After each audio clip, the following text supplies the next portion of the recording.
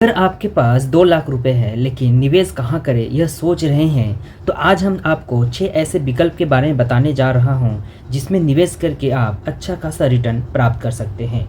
चलिए जानने की कोशिश करते हैं। उसके लिए आपको वीडियो में बने रहना होगा। अगर चैनल में पहली बार आए हैं तो चैनल को सब्सक्राइब कर ले और बेल आइकन को प्रेस कर दे। चलिए शुरू करते हैं।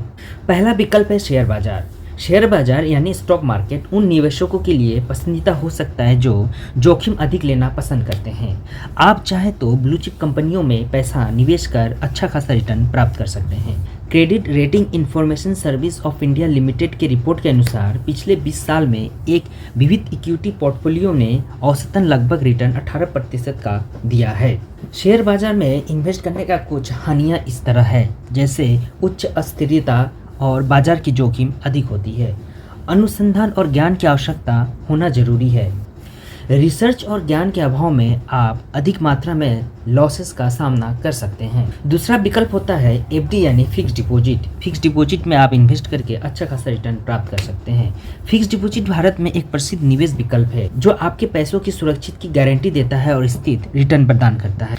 आपको एक निश्चित अवधि के लिए एक निश्चित ब्याज दर मिलेगी। जब अवधि समाप्त हो जाती है तो आपको अवधि के दौरान अर्जित ब्याज के साथ आपको प्रारंभिक राशि वापस मिल जाता है। पिछले 20 सालों में यानी 2000 से 2023 तक भारत का औसतन ब्याज 10.50% से गिरकर 5.9% हो गई है। फिक्स डिपॉजिट में निवेश करने से कुछ हानि इस प्रकार होती है। इसमें अन्य विकल्पों के तुलना में रिटर्न काफ़ी कम होता है। ब्याज आय का योग्य हो सकती है। तीसरा विकल्प है P2P ऋण देकर आप अच्छा खासा रिटर्न प्राप्त कर सकते हैं। अब यह जानना जरूरी है कि P2P ऋण होता क्या है। जब बैंक या वित्तीय संस्था आय, कागजी कार्रवाई या क्रेडिट स्कोर के कारण ऋण यानी लोन अस्वीकार कर देते हैं तो लोग अक्सर मदद के लिए दोस्तों या रिश्तेदारों की ओर रुख करते हैं, लेकिन इससे ऋण की यानी लोन की समस्या दूर नहीं होती। यहीं पर P2P उधार आता है। यह ऋणदाताओं और उधारकर्ताओं को सीधा जोड़ता है, मध्यस्थों के बीच में बैंक को हटा देता है। P2P ऋण वित्तीय समावेशन प्रदान करता है, विशेषकर जिनके पास कम क्रेडिट स्कोर या कम आय है। यह P2P ऋण प्लेटफॉर्म के माध्यम से सुलभ हो जाता है।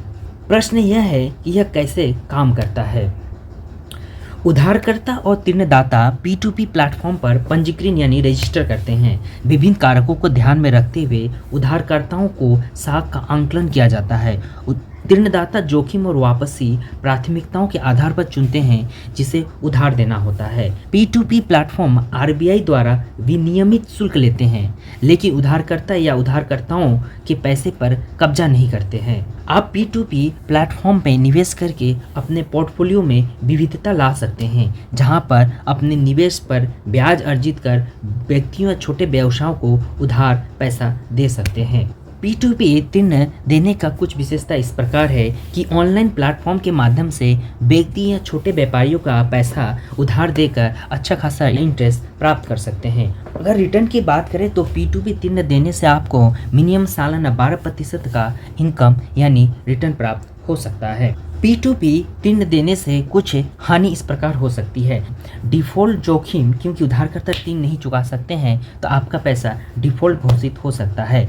सीमित नियम और प्लेटफॉर्म जोखिम के कारण आपका पैसा डूबने का संभावना हो सकता है। चौथा विकल्प है PPF यानी पब्लिक प्रोविडेंट फंड।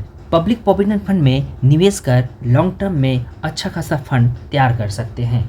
PPF उन लोगों के लिए एक लोकप्रिय या सुरक्षित निवेश विकल्प है जो अपना पैसा बढ़ाना चाहते हैं। 15 वर्षीय योजना आपके निवेश की सुरक्षित रखते हुए दीर्घकालीन जीवन लक्ष्य को प्राप्त करने का एक उत्कृष्ट विकल्प है। PPF सरकार द्वारा समर्थित यानी आयोजित किया गया एक स्कीम है जिसमें आपको income tax act under section 80C के तहत कुछ छूट प्राप्त हो जाता है। मौजूद समय में PPF इन्वेस्टरों को 7.1% का ब्याज मिल रहा है।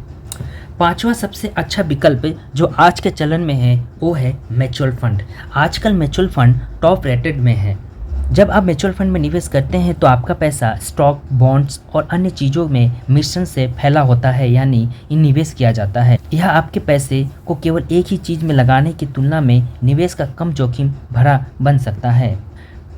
आपकी जोखिम उठाने का क्षमता या निवेश लक्ष्यों के अनुरूप विभिन्न प्रकार के म्यूचुअल फंड है, जैसे large cap fund, mid cap fund, small cap fund, equity debt और हाइब्रिड फंड। अगर आपको रिस्क अधिक लेना है और रिटर्न काफ़ी ज़्यादा प्राप्त करना है तो आप मिड कैप या स्मॉल कैप में और इन्वेस्ट कर सकते हैं। अगर आपको रिस्क कम लेना है और एवरेज रिटर्न प्राप्त करना है तो आपको लार्ज कैप और हाइब्रिड फंड में निवेश करना चाहिए।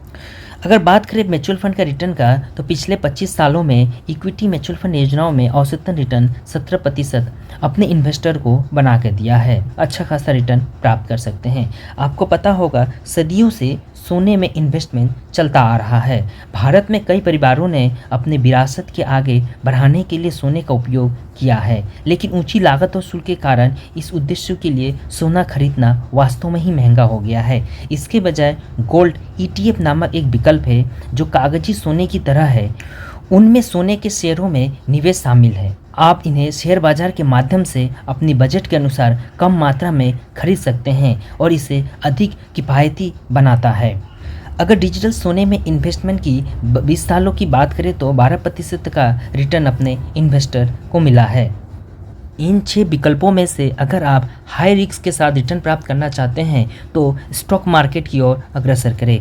अगर आप रिस्क कम के साथ लॉन्ग टर्म में अच्छा फंड तैयार करना चाहते हैं तो आप PPF और म्यूचुअल फंड की ओर अग्रसर कर सकते हैं। अगर आज का वीडियो अच्छा लगा तो लाइक, शेयर, कमेंट जरूर करें।